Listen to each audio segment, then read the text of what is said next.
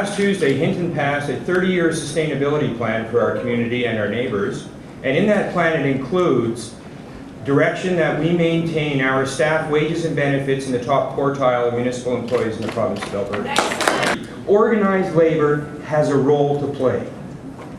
And your work, the frontline work in your communities and your workplaces, your work as community organizers and activists all will build towards this fight back. The fight that I'm going to ask you to join me in begins and is built at home, and organizing is the basis for all of it. I live in a province that's afraid of change.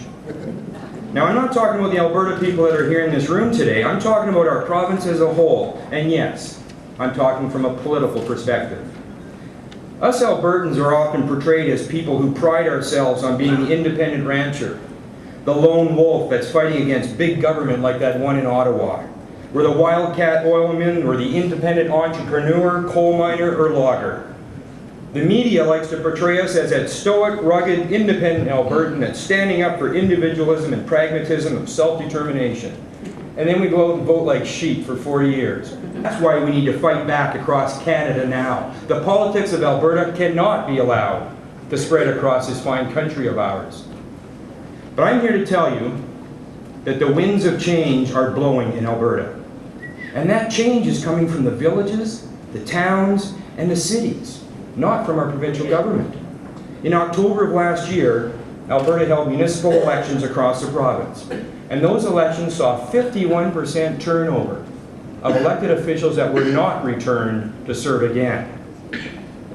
Albertans are demanding change, and it's beginning at the municipal level. The City of Calgary rejected both front-running candidates for mayor, and both of them campaigned on traditional conservative platforms, and Calgary chose change. These changes that begin at the local level will end in a change of government, and our role will be to see that job through. I was elected as a mayor in a province that isn't particularly open to union values and ideas. And I face the reality day in and day out of working to make our community better and to make it function in a province that celebrates when labor loses. I know that many of you have made similar choices, and that's why you're here this week. The lessons learned in those classes have helped us to build an incredibly strong and influential local union. And today I'm applying those same lessons to building a stronger community in Hinton, and perhaps one day, a better government in Alberta.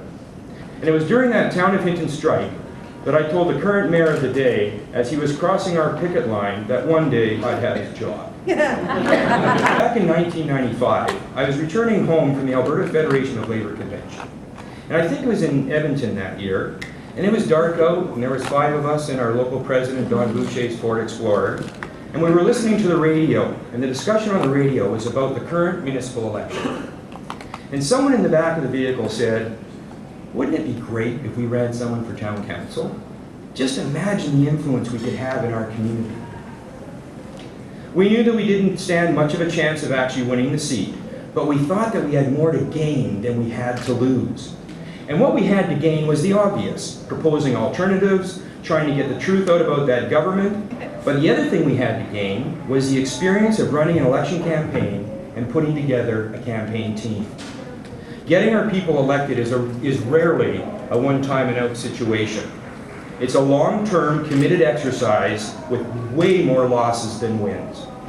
And in '97, we did get our message out. The right-to-work legislation failed, and the privatization of our health care was rebuffed for a while longer. A team from my own local that had run in 4 elections, provincial, federal, and municipal.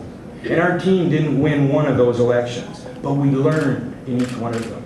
And finally, we won. And I must say that our local labor council stepped up and engaged. They stood with us as we lost, and they were there when we won. So here I was in town council, that socialist, left-wing union activist and scourge of society. Well, at least the just society of the right. We could just see the business community waiting for me to screw up. But here's the thing. What business owners and managers don't understand is basic shop steward 101. They get to make unilateral decisions based solely on what works for them and what they want. We have to find common interests, build bridges, and work together from a unified front. We have to try and find win-win solutions and convince each other and our employers that it makes sense to do something. Occasionally, we have to kick in sensitive areas, but when we do, we know that we're going to suffer as well. But we do it because it's right and it's just.